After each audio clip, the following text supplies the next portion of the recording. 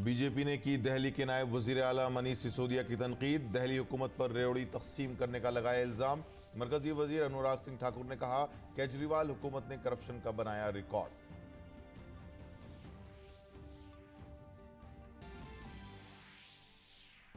Bharatiya Janata party के कौमी सदर जेपी नड्डा ने आज सिरमौर जिला के असम्बली हल्के के पोंटा साहब में एक जलसे आम से किया खिताब। कहा, सिर्फ बीजेपी करती है तरक्की की सियासत। मुखालिफ पार्टियों पर खानदान परस्ती का लगाया इल्जाम। आवाम को बताई हुकूमत की हुसूलियाबियां।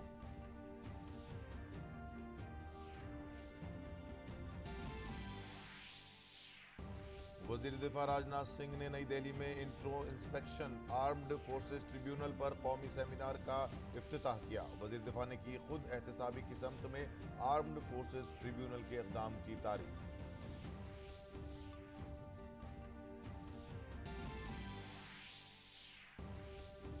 सोमालिया में नए सदर के ओहदा संभालने के बाद दारुल हुकूमत मोगादिशु में सबसे बड़ा दहशतगर्दाना हमला। हमले में 8 अफराद हलाक। इस्लामी दहशतगर्द ग्रुप अल शबाब ने कबूल की हमले की जिम्मेदारी।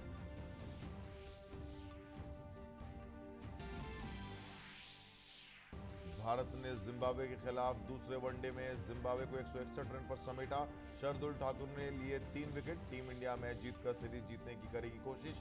3 मैचों की सीरीज में भारत 0-1 की सबकत से हासिल।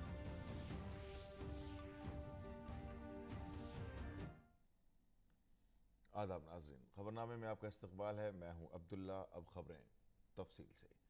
दिल्ली में एक्साइज पॉलिसी पर बीजेपी ने एक बार फिर आम आदमी पार्टी हुकूमत और अरविंद केजरीवाल को निशाना बनाया है। इत्तलात और नशरियात के वजीर अनुराग सिंह ठाकुर ने दिल्ली में बीजेपी हेडक्वार्टर में बीजेपी की प्रेस कॉन्फ्रेंस में कहा कि शराब घपले के अहम मुलजिम मनीष सिसोदिया हैं और किंग पिन अरविंद केजरीवाल हैं।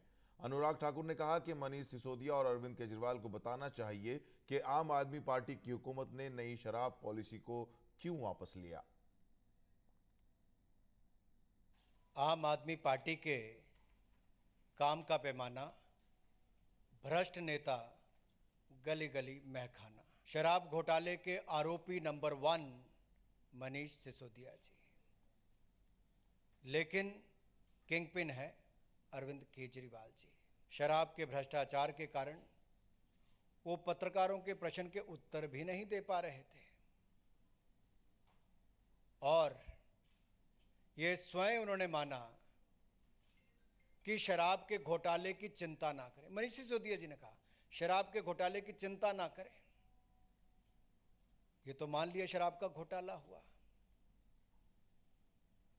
अब पहली बात ये आती है कि मनीष जी,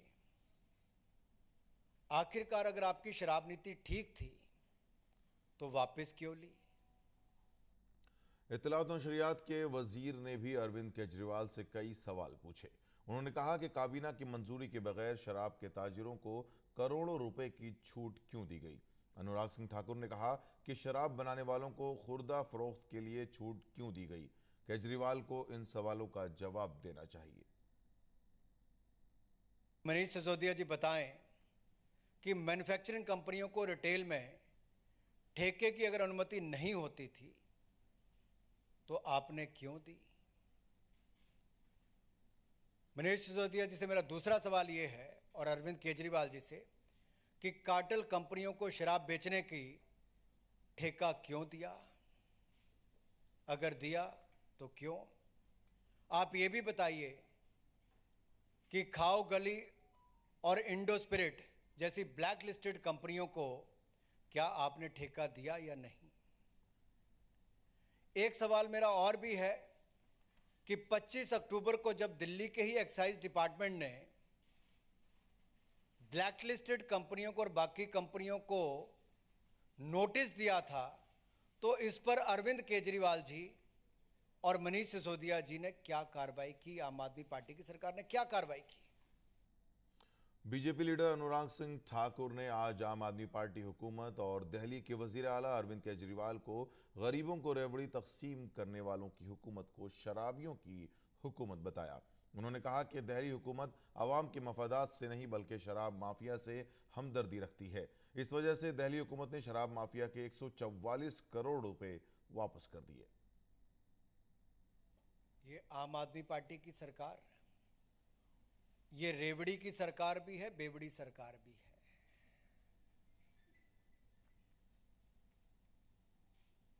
क्योंकि जिस तरह से इनके एक वरिष्ठ नेता ने ये कहा कि हमें कोविड से लेना देना नहीं। अरे भाई, कोविड में तो आपने कुछ किया ही नहीं। दिल्ली में, देश में हाहाकार मची दिल्ली के कारण, वो देखने को मिला। इनके नेता ने कहा कोविड से हमें लेना देना नहीं। तो भाई, शराब वालों से क्या लेना देना था आपका, ये तो बता दो। मेरा इनसे एक और सवाल है कि आखिरकार शराब माफिया को बगैर कैबिनेट अप्रूवल के 144 करोड़ रुपया क्यों वापस किया, किसके कहने पर किया? बीजेपी एमएलए रामवीर सिंह बिधौड़ी ने भी दिल्ली हुकूमत को हदफ तनकीद बनाया। उन्होंने कहा कि दिल्ली काबीना को बगैर इजाजत वाले इलाकों में शराब की दुकानें खोलने का हक नहीं है। ये दिल्ली के मास्टर प्लान की खुली खिलाफ वर्जी है। उन्होंने शराब घोटाला में मुलविस तमाम वज़रा के खिलाफ मुकदमा दर्ज करने का मुतालबा भी किया। 5 नवंबर को काउंसिल ऑफ मिनिस्टर्स की बैठक हुई, जिसकी अध्यक्षता दिल्ली के मुख्यमंत्री श्री अरविंद केजरीवाल कर रहे थे। और उस बैठक में यह फैसला लिया गया कि शराब के ठेकेदारों को नॉन कन्फर्मिंग एरिया में भी शराब के ठेके खोलने की अनुमति दी जा रही है। मैं सीबीआई से मांग करता हूं कि अरविंद केजरीवाल और उनके मंत्रिमंडल के वे सभी मंत्री जो उस बैठक में उपस्थित थे, इनके खिलाफ एफआईआर हो। उन्होंने कहा कि दिल्ली के वज़ीर आला ने कहा था कि रियासत में शराब की फरोख्त बढ़ने से आमदनी में इजाफा होगा। अब दिल्ली के लोग इनसे पूछना चाहते हैं कि आप हुकूमत ने आवाम की मेहनत की कमाई के साथ क्या किया है। शराब के ठेके के साथ ही बैठकर लोगों को शराब पीने की अनुमति दी। इससे दिल्ली में कानून व्यवस्था खराब होती। ये सवाल भी हमने विधानसभा के अंदर और विधानसभा के बाहर भी उठाया था। दिल्ली में शराब की बिक्री तो बढ़ गई, लेकिन दिल्ली सरकार का राजस्व कम हो गया। अरविंद केजरीवाल ने तो यह कहा था कि इस नई शराब नीति से दिल्ली सरकार को हर वर्ष 10,000 करोड़ रुपए का राजस्व प्राप्त होगा। तो वे बताएं कि राजस्व 10,000 करोड़ रुपए क्यों नहीं आया, ये पैसा किसकी जेब में गया। बीजेपी के कौमी सदर जेपी नड्डा आज हिमाचल प्रदेश के दौरे पर हैं। इस मौके पर नड्डा ने पोंटा साहब गुरुद्वारा में दर्शन किए। वहां जेपी नड्डा के साथ हिमाचल प्रदेश के वजीर आला जयराम ठाकुर भी मौजूद थे। एक जलसे आम से खिताब करते हुए नड्डा ने कहा कि सिर्फ बीजेपी ही तरक्की पर मबनी सियासत करती है, जबकि कांग्रेस सिर्फ अपनी पार्टी को फायदा देती है। कभी आपने किसी कांग्रेसी नेता को सुना जो ये कहे कि मैंने ये किया? वो ये कह सकता है कि मैंने अपना घर बनाया, मैंने ये किया, मैंने चाचे को नौकरी लगाई, मैंने ताई को नौकरी लगाई, लेकिन जनता के लिए कुछ किया, ये कोई भी कांग्रेसी नेता छाती ठोक के नहीं कह सकता। ये कह सकता है तो भारतीय जनता पार्टी का कार्यकर्ता कह सकता है। मरकजी वज़ीर दाखिला अमित शाह आज नई दिल्ली के एम्स ट्रामा सेंटर पहुंचे और आईटीबीपी के 3 जख्मी एहलकारों की इयादत की। काबिल जिक्र है कि उन जख्मी जवानों को खुसूसी एयर एम्बुलेंस के जरिए श्रीनगर से मुंतकिल किया गया है। आईटीबीपी हुक्काम ने वज़ीर दाखिला को जख्मियों की सेहत की हालत के बारे में जानकारी दी। वज़ीर दाखिला ने जख्मी जवानों की जल्द सेहतयाबी के लिए दुआ की। मरकजी वज़ीर दिफा राजनाथ सिंह ने पंचकुला में भारतीय जनता पार्टी के नए रियासती दफ्तर पंचकमल का इफ्तिताह किया। उनके साथ हरियाणा के वजीर आला मनोहर लाल, रियासती वजीर दाखिला अनिल विज भी मौजूद रहे। उन्होंने कहा कि भारत दुनिया में सबसे तेजी से आगे बढ़ने वाला मुल्क है। वजीर दिफा राजनाथ सिंह ने आज नई दिल्ली में इंट्रोस्पेक्शन आर्म्ड फोर्सेस ट्रिब्यूनल्स पर कौमी सेमिनार का इफ्तिताह किया। यह सेमिनार आर्म्ड फोर्सेस ट्रिब्यूनल के यौम तासीस की तकरीबात के एक हिस्से के तौर पर मुनक़िद किया गया है। इसका मकसद मुसल्लह अफवाज की खिदमात में सरगर्म अहलकार, साबिक अफवाज, उनके कुनबों और जवानों की बेवाओं के लिए फौरी इंसाफ को यकीनी बनाने के लिए ट्रिब्यूनल के कामकाज का तज्जिया करना है।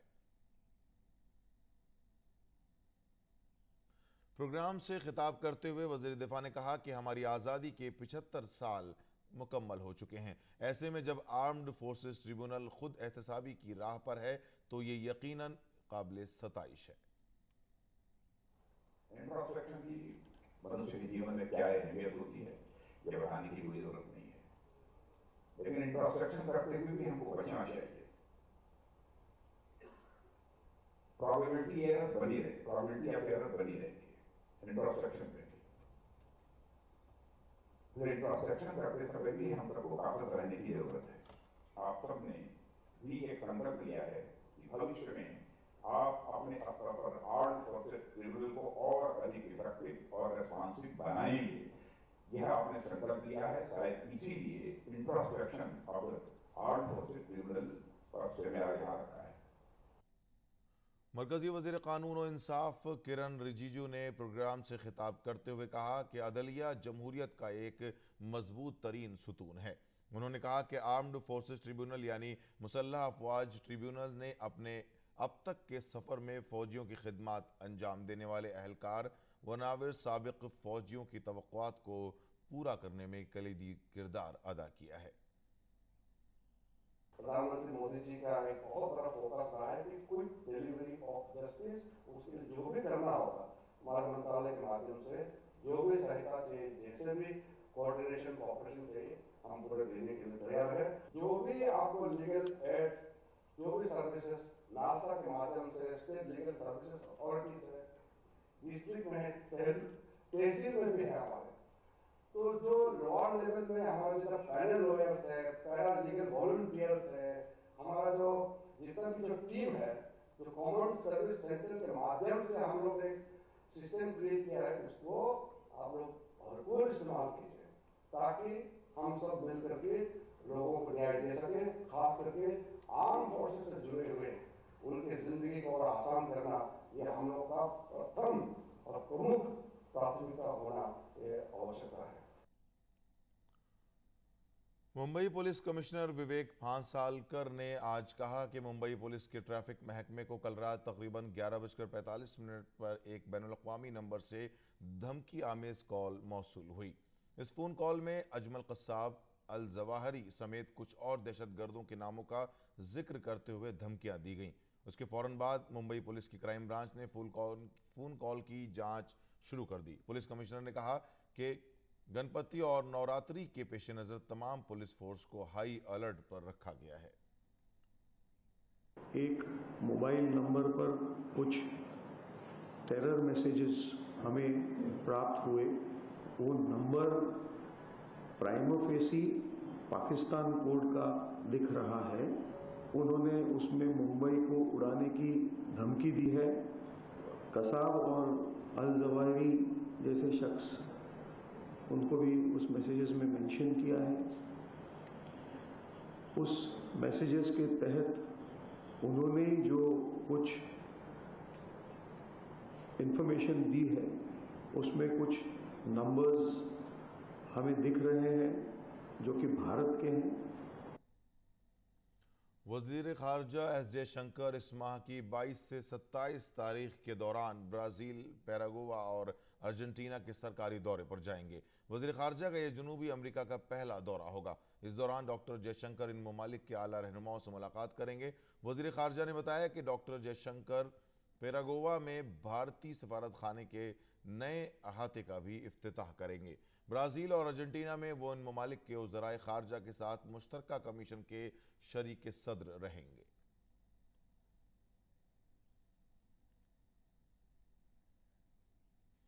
हिमाचल प्रदेश में मूसलाधार बारिश की वजह से मामूलात जिंदगी दरहम बरहम है। मैक्लोडगंज धर्मशाला पोटाला रोड तेज बारिश के बाद हुए लैंडस्लाइडिंग के वाक़े के बाद से वहां राबता मुनक़ता हो गया है। लैंडस्लाइडिंग से सड़क पर खड़ी गाड़ियों को भी नुकसान पहुंचा है। धर्मशाला मकलोडगंज सड़क बालाई और जीनी धर्मशाला को जोड़ने वाली सबसे अहम सड़क है। इसके साथ ही महकमे मौसमियात ने अगले 2 से 3 घंटों के दौरान हिमाचल प्रदेश के कई अजला में शदीद बारिश की पेशगोई की है।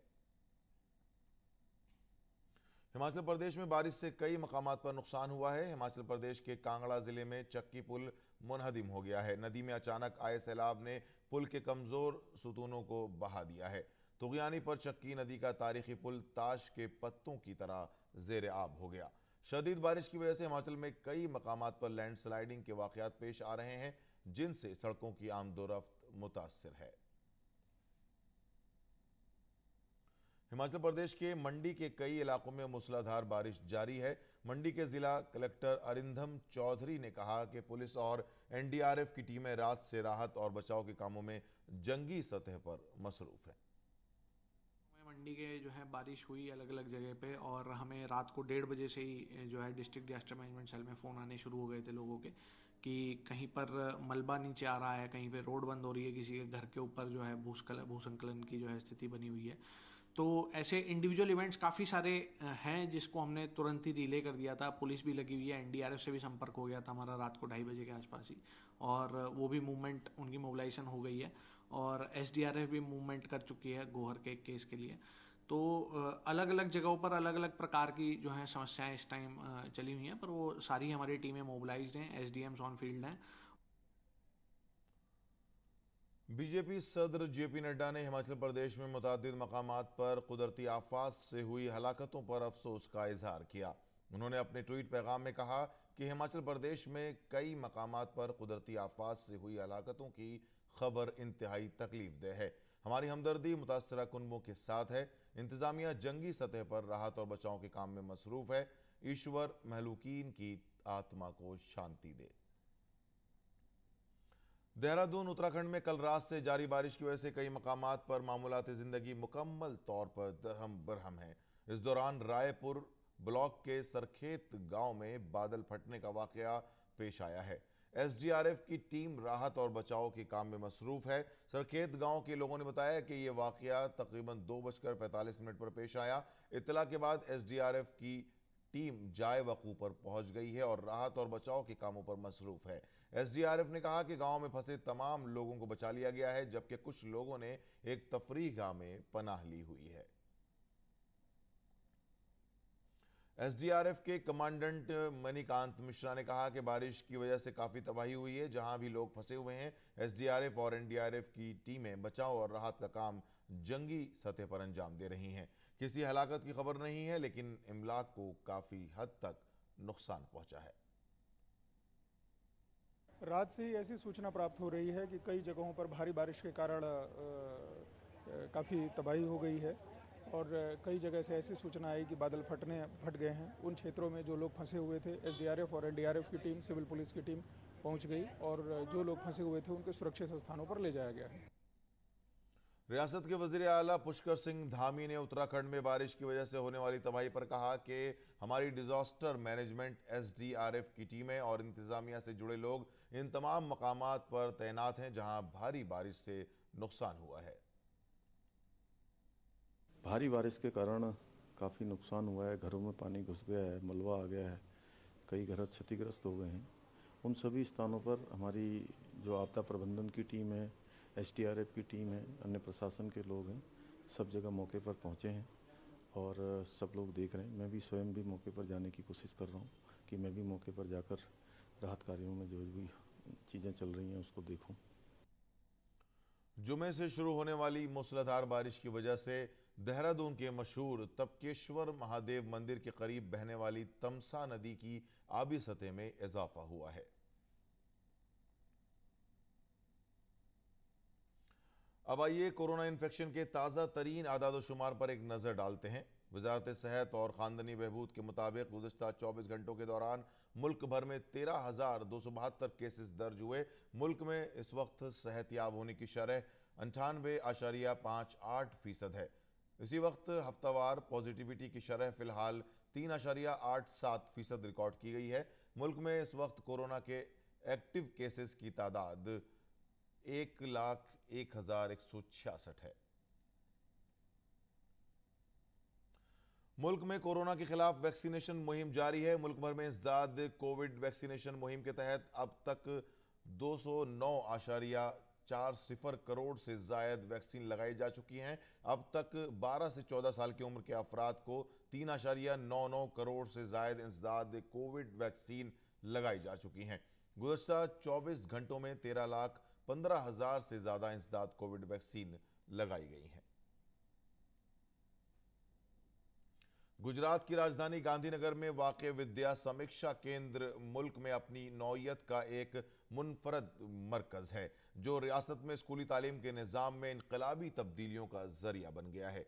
इस सेंटर के ज़रिए गुजरात के तमाम स्कूलों, असातिज़ा और तलबा की रियल टाइम में निगरानी की जा रही है, जो तलबा के सीखने के नताइज में बेहतरी की सूरत में देखी गई है। आइए देखते हैं ये खुसूसी रिपोर्ट।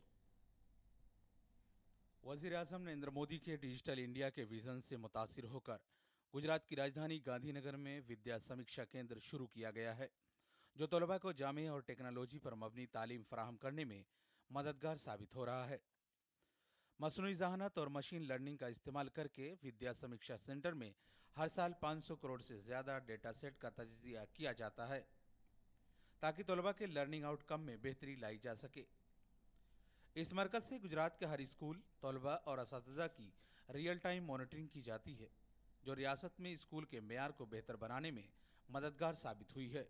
हमने रेगुलरिटी ऑफ अटेंडेंस सुनिश्चित करने के लिए, लर्निंग आउटकम तक लाने के लिए शुरू किया online attendance system. Online attendance system जब 2018 में शुरू किया तो कनेक्टिविटी का इश्यूज़ था, बहुत सारी जगह माइंड सेट का या स्किल सेट का इश्यूज़ था, लेकिन सबको साथ में लेते हुए वो काम हमने शिक्षकों के मदद और सहयोग के कारण से वो सफल बनाया।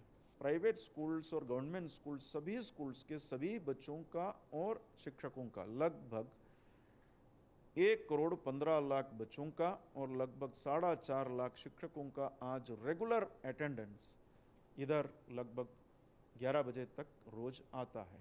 विद्या समीक्षा केंद्र के जरिए असातिज़ा और तलबा की रोजाना ऑनलाइन हाजिरी का पता लगाया जाता है। इसका फ़ायदा ये है कि सिर्फ एक साल में 80% से ज़्यादा हाजिरी वाले तलबा की तादाद में 26% का इजाफा देखा गया है। इसके अलावा गुजरात कौमी तालीमी पॉलिसी के जज्बे के तहत हर तलबा का लर्निंग आउटकम पर मबनी होलिस्टिक रिपोर्ट कार्ड जारी करने वाली पहली रियासत बन गई है। कुल मिला के 40,000 सरकारी शालाओं में से 50% मतलब 20,000 शालाओं को विश्व कक्षा के civil infrastructure, digital infrastructure, teaching and learning methodology और मॉनिटरिंग सिस्टम, इवैल्यूएशन सिस्टम्स के साथ जोड़ के प्राइवेट स्कूल से भी उत्तम बनाने का जो प्रयास गुजरात ने किया, उसके कारण से पिछले एक साल में 3 लाख से ज़्यादा बच्चे प्राइवेट स्कूल छोड़ के गवर्नमेंट स्कूल में ज्वाइन हो गए और उनका बेहतरीन शिक्षा उनको सरकारी शाला में मिलना चालू में गया। अब ये जो 50% शालाओं का स्कूल्स ऑफ एक्सलेंस मिशन का मॉनिटरिंग भी विद्या समीक्षा केंद्र से डेडिकेटेड तरीके से हो रहा है। विद्या समीक्षा केंद्र मुल्क में अपनी नौयत का एक मुनफरिद तजर्बा है, जिसे आलमी सतह पर पजीराई मिली है। इस सेंटर को 2021 में टेक्नोलॉजी के जरिए गुजरात के स्कूली तालीमी निज़ाम को तब्दील करने में इसकी शराकत के लिए प्रधानमंत्री पुरस्कार से भी नवाजा गया। मरकजी वजारत तालीम ने मुल्क भर में विद्या समीक्षा केंद्र जैसे मॉडल्स को शुरू करने के लिए एक जामे मंसूबा बनाया है और रियासतों से कहा है कि वो इसे नाफिज करें। निशांत सौरभ की रिपोर्ट, DD न्यूज़ उर्दू खबरें। और बैनुल-अक़वामी खबरों में सोमालिया के दारुल हुकूमत मोगादिशु में जुमे की रात एक दहशतगर्दाना हमला हुआ। दहशतगर्दों ने हयात होटल में घुसकर फायरिंग की, जिसके नतीजे में 8 अफराद हलाक और 9 के करीब जख्मी हो गए। हयात होटल के बाहर खड़ी 2 कारों में पहले धमाके हुए और फिर दहशतगर्द होटल में दाखिल हो गए, जहां दहशतगर्दों ने लोगों पर फायरिंग शुरू कर दी। होटल में सिक्योरिटी फोर्सेज और दहशतगर्दों के दरमियान तसादुम जारी है। अब तक 8 अफराद की हलाकत की तस्दीक हो चुकी है। इंतहा पसंद दहशतगर्द ग्रुप अल शबाब ने इस हमले की जिम्मेदारी कबूल की है। ये सोमालिया के नए सदर हसन शेख मोहम्मद के महीनों के सियासी अदम इस्तेहकाम के बाद मई में मुंतखब होने के बाद मोगादिशु में होने वाला सबसे बड़ा हमला है। भारत और जिम्बाब्वे के दरमियान 3 एक रोजा मैचों की सीरीज का आज दूसरा मुकाबला खेला जा रहा है। भारतीय कप्तान केएल राहुल ने टॉस जीतकर पहले गेंदबाजी का फैसला किया। भारत ने जिम्बाब्वे को 161 रन पर समेट दिया। जवाब में भारत ने अब तक 4 विकेट पर 116 रन बना लिए हैं। भारत के लिए शरदुल ठाकुर ने 3 विकेट लिए। दीपक नेहरा इस मुकाबले में नहीं खेल रहे हैं। उनकी जगह पर शरदुल ठाकुर को टीम में जगह मिली है। काबिल जिक्र है कि भारत ने पहले एक रोजा मैच 10 विकेट से जीता था। ऐसे में टीम इंडिया की कोशिश इस मुकाबले को अपने नाम करके सीरीज जीतने की होगी। बुल्गारिया में जारी अंडर 20 वर्ल्ड रेसलिंग चैंपियनशिप में भारत की अंतिम पंघाल ने तारीख रकम की है। भारतीय नौजवान रेसलर पंघाल ने 53 किलोग्राम जुमरे में सोने का तमगा जीता है। ऐसा करने वाली वो पहली भारतीय खातून बन गई हैं। पंघाल ने अपने मैच में कजाकिस्तान के पहलवान एटलिन को शिकस्त देकर सोने का तमगा जीता। इससे पहले भारत की किसी भी खातून खिलाड़ी ने अंडर 20 वर्ल्ड चैंपियनशिप में एक भी सोने का तमगा नहीं जीता था। ऐसा करने वाले वो पहली भारतीय हैं। फाइनल के अलावा सोनम मलिक ने 62 किलोग्राम और प्रियंका ने 65 किलोग्राम जुमरे में चांदी का तमगा हासिल किया है। नाजरीन, इसके साथ ही खबरनामा मुकम्मल होता है। इजाजत दीजिए। आदाब।